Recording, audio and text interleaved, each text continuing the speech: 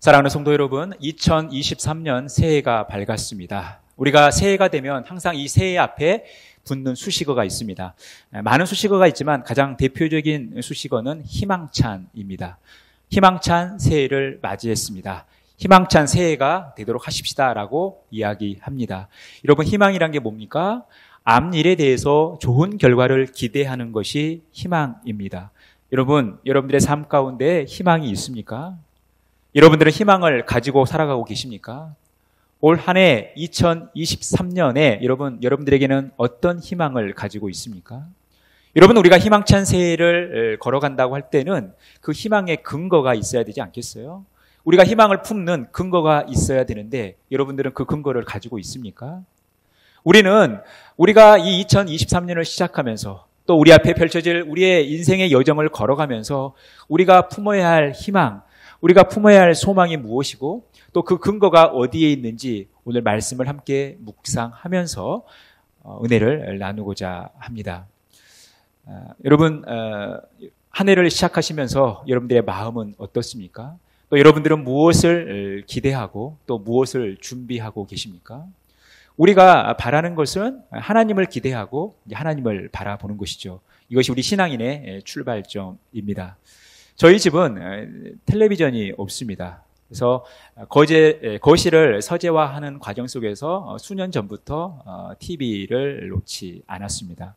그러다 보니까 우리 아이들이 처가에 가는 걸 자기 엄마보다 더 좋아합니다. 왜냐하면 외가에 가면 하루 종일 TV를 볼 수 있기 때문에, 그동안 보지 못했던 TV를 볼 수 있기 때문에 그렇게 외가에 가는 걸 그렇게 좋아했어요. 아마 우리 영민이보다 더 좋아했을 겁니다.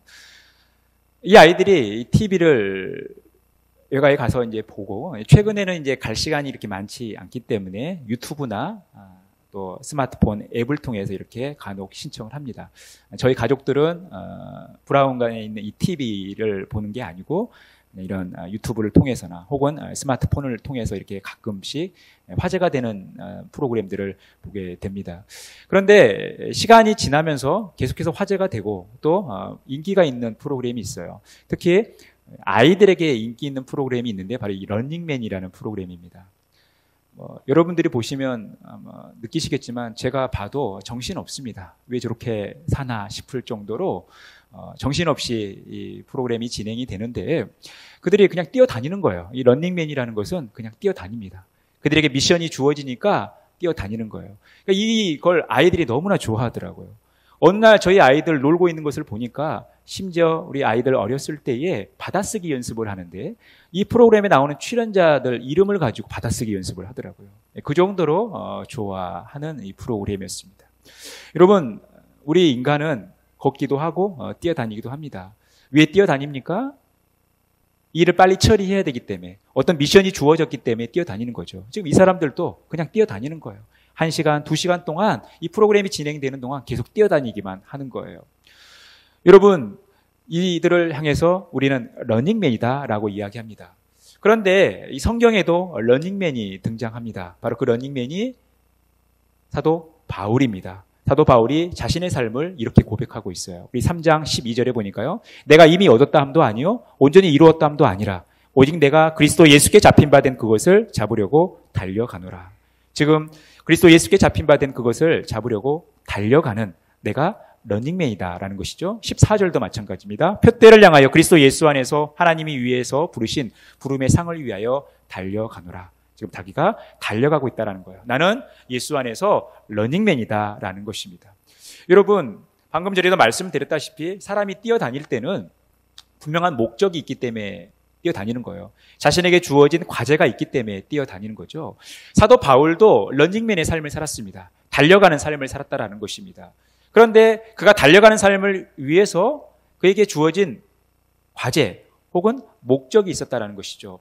왜 그가 달려갔냐라는 거예요. 그가 왜 러닝맨의 삶을 살아갔냐라는 것입니다. 12절에 보니까 그리스도 예수께 잡힌 바 된 그것을 잡으려고 달려가는 것이죠. 그가 러닝맨의 삶을 산 것은 그리스도 예수께 잡힌 바 된 그것을 잡으려고 간 것입니다. 그렇다면 그리스도 예수께 잡힌 바 된 그것, 이게 무엇이겠냐는 거예요. 그것이 무엇이기에 사도 바울은 그것을 잡으려고 달려갔겠습니까? 14절도 표대를 향하여 그리스도 예수 안에서 하나님이 위에서 부르신 부름의 상을 위하여 달려간다라는 거예요. 하나님이 위에서 부르신 부름의 상이 무엇이길래 그것을 위하여 달려가냐라는 것입니다.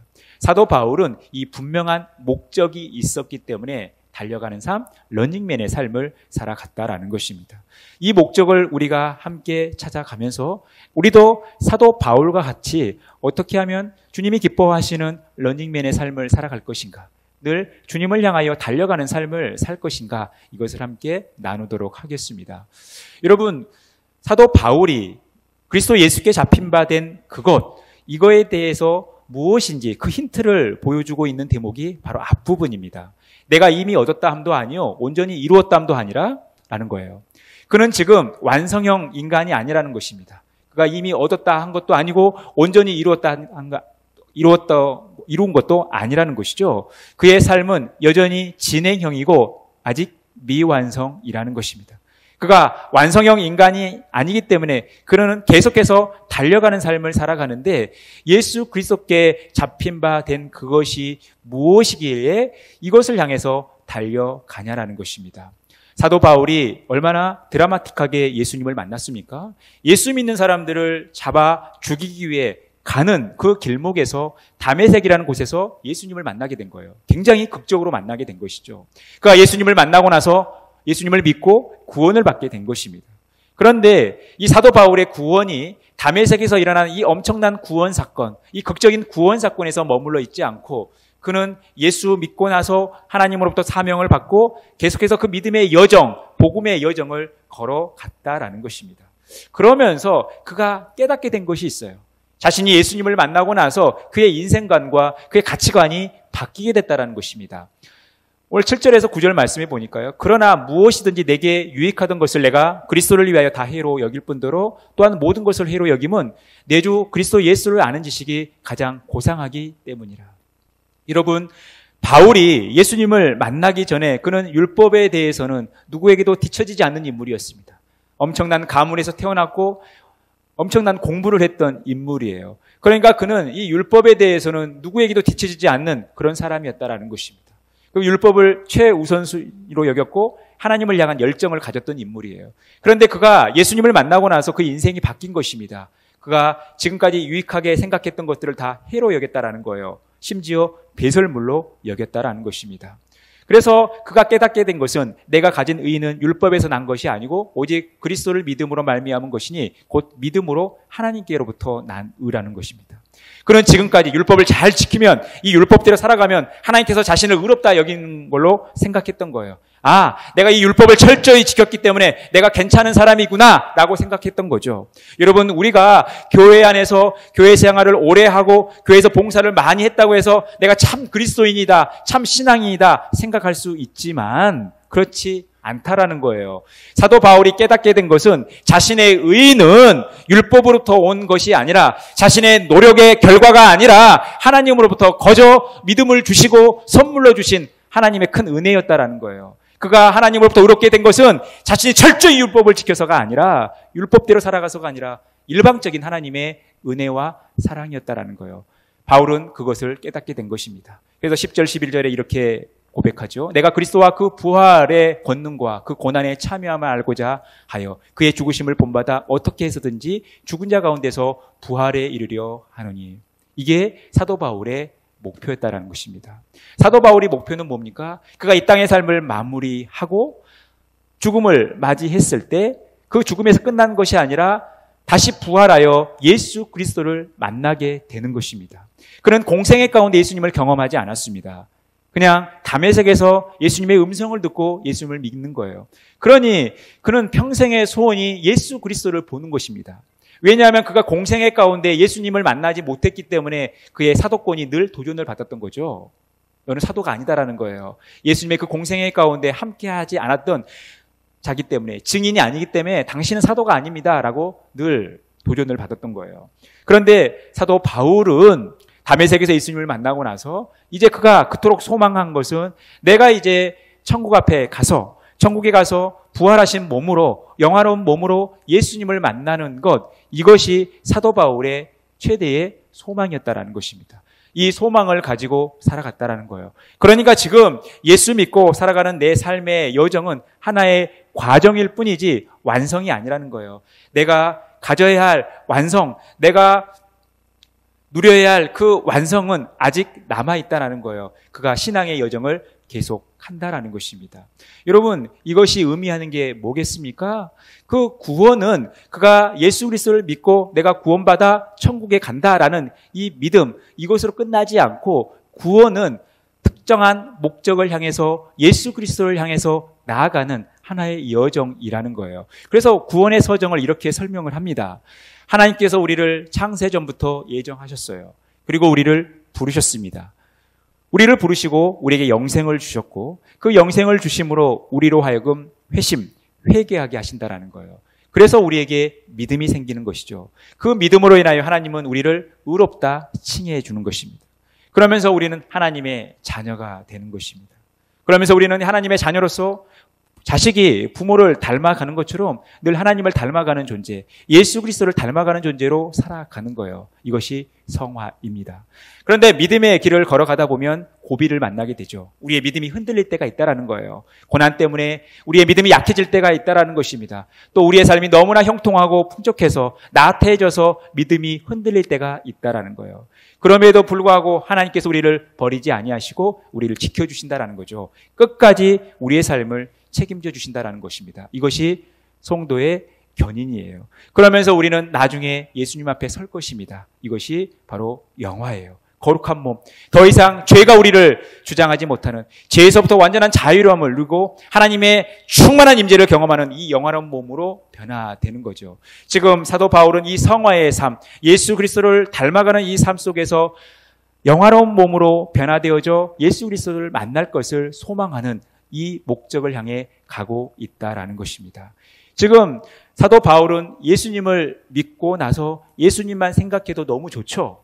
그래서 복음을 증거하는 것이 비록 고통이 따른다 하더라도 너무 행복하고 보람 있었던 거예요. 그러니까 즐겁게 복음을 증거했던 것입니다. 왜냐하면 예수님만 생각해도 기분이 너무 좋으니까. 그런데 사도 바울은 예수님을 생각하는 것에만 끝나지 않고 예수님을 만날 것을 기대했다라는 것입니다. 예수님을 만날 것을 기대하며 예수님께 더 가까이 나아갔다라는 것입니다. 여러분 고린도전서 13장 12절에 보니까 우리가 지금은 거울로 보는 것 같이 희미하나 그때는 얼굴과 얼굴을 대하여 볼 것이요 지금은 내가 부분적으로 아나 그때에는 주께서 나를 아신 것 같이 내가 온전히 알리라. 지금은 내가 부분적으로 예수님을 알지만 내가 부분적으로 예수님과 교제하지만 이제 내가 주님 앞에 섰을 때에 주님을 얼굴과 얼굴로 마주하게 되는 주님을 온전히 알게 되는 그때가 있을 거라는 거죠. 그것을 소망하며 살아가는 것입니다. 우리가 찬송가 85장에서 말씀하는 것처럼 고백하는 것처럼 구주를 생각만 해도 마음이 좋거든 주 뵐 때야 얼마나 좋으랴라는 거예요. 여러분 우리가 지금 예수님만 생각해도 얼마나 기분이 좋습니까? 그런데 여러분 나중에 우리가 예수님을 만날 것을 생각해 보십시오. 우리의 마음에 얼마나 설렘과 기대가 있습니까? 지금 사도 바울은 그것을 향해 가는 거예요. 그래서 예수님을 만나기 위한 준비를 한 것이죠. 성화의 삶을 살아간 것입니다. 그가 예수님을 만나기 위해서 그의 성품이 예수님의 성품을 닮아가는 거예요. 하나님의 성품을 닮아가는 거예요. 사랑하는 성도 여러분, 여러분들이 예수 믿고 나서 여러분들이 얼마나 삶의 변화를 겪고 계십니까? 여러분들의 성품이 얼마나 변화되고 있어요? 블로그에 재밌는 내용이 하나 있어서 소개하려고 합니다. 어떤 자매가 사촌 자매의 이 일을 이 블로그에 소개했어요. 그것은 뭐냐 하면 그 사촌이 이게 세입자로 살아가는데 아마 이 집 창문이 아마 좀 파손이 된 것 같아요. 방충이 좀 파손이 된 것 같습니다. 이것을 주인에게 이야기했더니 주인이 하는 얘기, 주인이 아마 예수 믿는 분인 것 같아요. 아무 일 생기지 않도록 기도할 테니까 걱정하지 말라고 얘기했다라는 거예요. 여러분, 이 창문이 훼손이 됐다라는 것은 위험이 도사리고 있는 거 아닙니까? 이것을 조치해야 되겠죠. 이것을 기도한다고 방치하면 안 되는 거죠. 여러분 우리가 예수 믿고 나서도 우리의 삶의 현장에서 바뀌지 않고 우리의 인격이 다듬어지지 않고 우리의 성품이 다듬어지지 않는다면요. 여러분 우리의 믿음의 현 주소를 한번 돌아볼 필요가 있다라는 것입니다. 저도 이런 비슷한 경험을 했어요. 제가 아마 신혼 아마 3년 차 정도 됐을 것입니다. 저희 아이들이 어린 시절에 아마 이쯤 됐을 겁니다. 이쯤 되면 이 집에 결로가 많이 생기죠. 실내 온도와 실외 온도가 차이가 있기 때문에 결로가 많이 생겨요. 저희도 아이가 어렸을 때니까 집에서 이렇게 가습기도 틀고 이러니까 이 한겨울에 결로가 생겼습니다. 심하게 생겨서 주인분에게 이거 조치를 좀 요청을 했습니다. 그런데 굉장히 냉정하게 자기에게 책임이 없다, 도와주지 않을 것처럼 말씀하셨어요. 그런데 그렇게 냉정하게 태도를 보이시던 분이 제 서저에 와서 이 책을 보더니 이게 기독교 서적 딱 보니까 이 교육자 냄새가 나는 거거든요. 그래서 그때 제가 강도사의 신분이었습니다. 이분이 제가 강도사인 사실을 알고 나서 그렇게 냉정했던 태도를 바뀌어서 전혀 다른 태도를 저에게 보여주시더라는 거예요. 여러분, 이것이 어떻게 보면 우리 그리스도인이 살아가고 있는 한 모습이에요. 내가 예수 믿고 하나님 섬기고 교회 생활 열심히 한다고 하지만 세상에 나가서 변화되지 않는 우리의 성품 때문에 세상 사람들에게 덕을 끼치지 못하는, 세상 사람들에게 하나님의 빛을 비추지 못하는 모습들이 바로 저와 여러분의 모습일 수 있다라는 거예요. 우리가 예수 믿고 살아갈 때 우리는 부단히 하나님의 성품을 닮아가기 위해 애써야 된다는 거예요. 사도 바울은 예수님 만날 준비를 한 거예요. 그의 다듬어진 성품을 늘 돌아보면서 늘 성화의 삶을 살아가면서 영화를 향해 갔다라는 것입니다. 이것이 바로 사도 바울이 예수 그리스도께 붙들린 상태라는 거예요.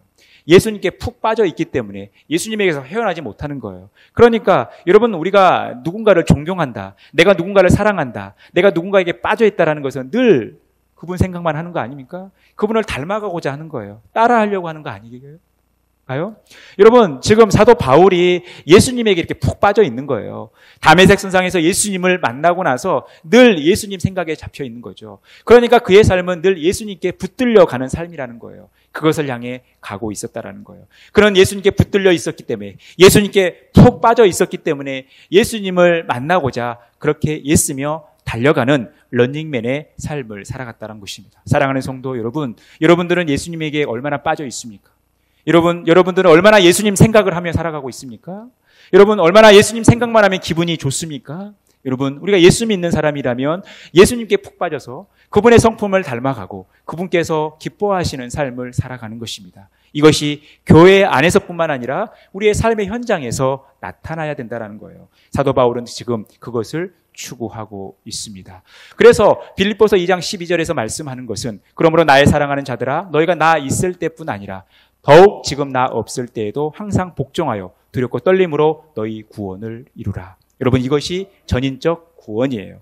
우리가 예수 믿고 나서 우리가 영생을 얻고 천국에 가지만, 여러분, 이것이 구원의 완성이 아니라 구원받은 우리 하나님의 백성들이 하나님의 성품, 예수 그리스도의 성품을 닮아가기 위해서 이 성화의 길을 걸어가는 것, 늘 하나님께 복종하고 순종하며 두렵고 떨림으로 주님 앞에 서는 것, 여러분, 이것이 온전한 구원, 전인적 구원이라는 거예요. 지금 사도 바울은 이 완성을 향해 가고 있다는 거예요. 그러니까 지금 자기의 모습 속에서 이것이 완성되었다라고 이야기하지 않는 거예요. 내가 모든 것을 다 얻었다 이야기하지 않는 거예요. 나는 앞으로 얻어야 할 것이 있고 내가 앞으로 가야 할 곳이 있다는 것을 분명히 알았기 때문에 매 순간순간 주님 생각으로 사로잡혀 있었고 주님께 붙들려 살아가는 삶을 살아갔다라는 거예요. 이 사도 바울의 삶이 저와 여러분의 삶이 되었으면 좋겠습니다. 늘 주 예수께 붙들려 주님을 붙들고 주님과 동행하는 그런 복된 삶, 주님께서 헤어나지 못해서 주님만 생각해도 기분이 좋고 늘 주님 만날 것을 기대하며 나아가는 저와 여러분의 복된 삶이 되어지기를 간절히 축원합니다. 두 번째, 그가 달리는 삶, 이 런닝맨의 삶을 살았던 두 번째 목적, 그 이유는 뭐냐면 하나님이 위에서 부르신 부름의 상을 위하여 달려간다라는 거죠. 여러분이 달려간다라는 것은 굉장히 빠르게 달려가는 거예요. 신속하게 달려가는 것이죠. 그러면 왜 빨리 달려갔느냐? 하나님께서 그를 부르셨다라는 거예요. 하나님께서 사도 바울을 부르셨기 때문에 지금 사도 바울은 달려간다라는 것입니다. 사도 바울의 행위의 주체는 자신이 아니라 하나님이시라는 거예요.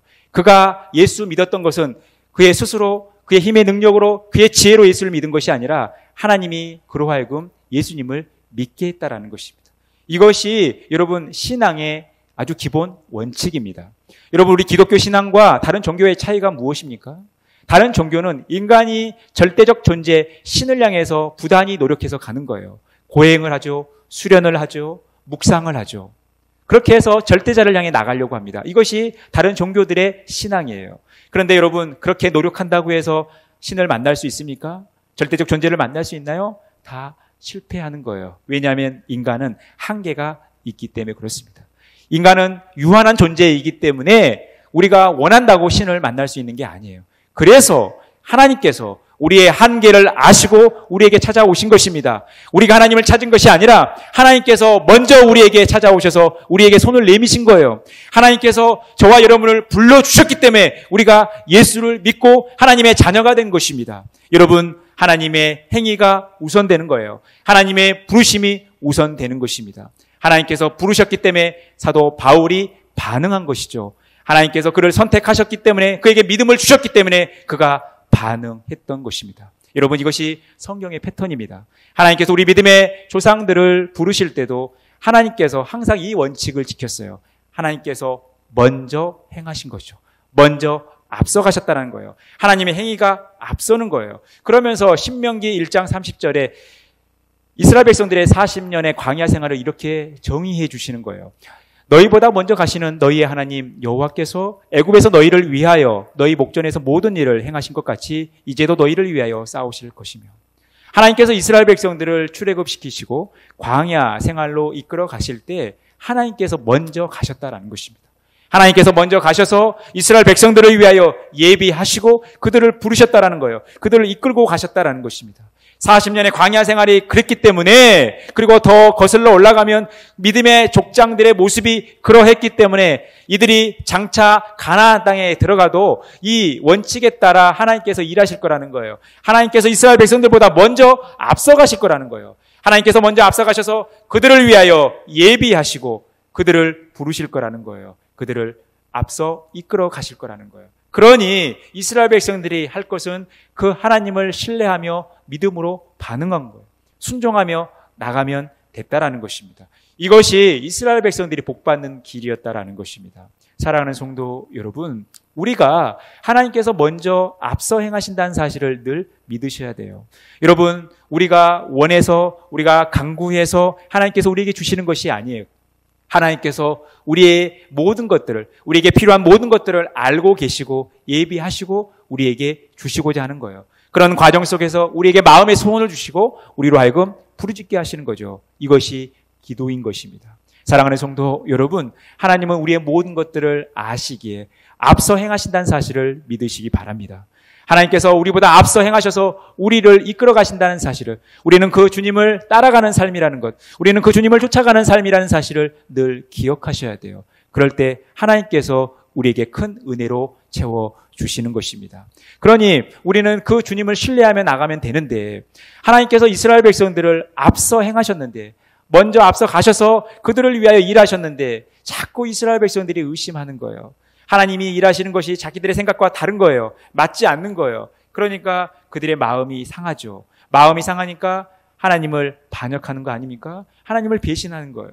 여러분, 마음이 상한다라는 것은 마음이 짧아졌다라는 것이죠. 마음이 좁아졌기 때문에, 안목이 좁아졌기 때문에 하나님의 그 뜻을 다 헤아리지 못하고 하나님께서 원하시는 삶을 살지 못하며 그 하나님을 따라가지 못했던 거예요. 그러니 우리는 주님을 신뢰하며 우리의 마음을 넓혀야 되는 거예요. 그럴 때 우리가 달려갈 수 있다는 거예요. 주님을 향해 뛰어갈 수 있다는 것입니다. 그래서 시편 119편 32절 이렇게 말씀하는 거예요. 우리 같이 읽겠습니다. 주께서 내 마음을 넓히시면 내가 주의 계명들의 길로 달려가리이다. 주님께서 우리의 마음을 넓혀주시면 우리는 주님의 말씀을 향하여 달려갈 수 있다는 거예요. 주님을 신뢰하며 뛰어갈 수 있다는 것입니다. 러닝맨의 삶을 살아갈 수 있다라는 것입니다. 시편 119편 32절, 주께서 내 마음을 넓히시면 내가 주의 계명들로 길로 달려가리이다. 여러분, 우리가 이 말씀을 늘 기억하시면서 늘 하나님께 가까이 나아가는, 뛰어가는, 주님을 신뢰하는 그 과정 속에서 우리의 마음이 더 넓어지는 그런 복된 삶 살아가시기를 간절히 바랍니다. 잠언 18장 10절 말씀, 여호와의 이름은 견고한 망대라 의인은 그리로 달려가서 안전함을 얻느니라.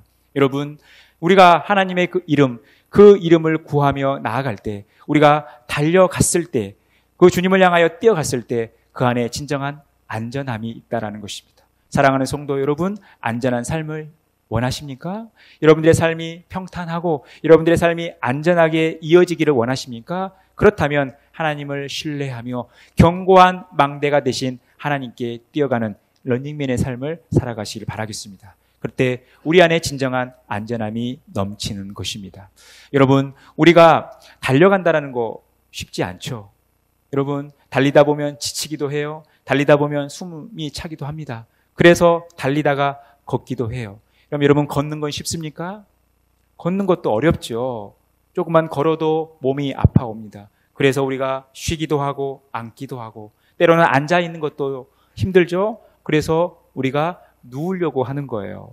여러분, 우리의 모든 행위에 쉬운 것은 없습니다.